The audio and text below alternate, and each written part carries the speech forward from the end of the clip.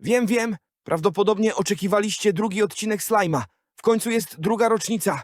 Niestety, małe kłopoty techniczne pokrzyżowały moje plany. Obiecuję, że zrobię wszystko, co w mojej mocy, żeby odcinek ukazał się jak najszybciej. W ramach przeprosin dostajecie ten super epicki, niespodziewany teaser filmu Slime pod tytułem Slime the Movie – Heroes of Justice The Beginning.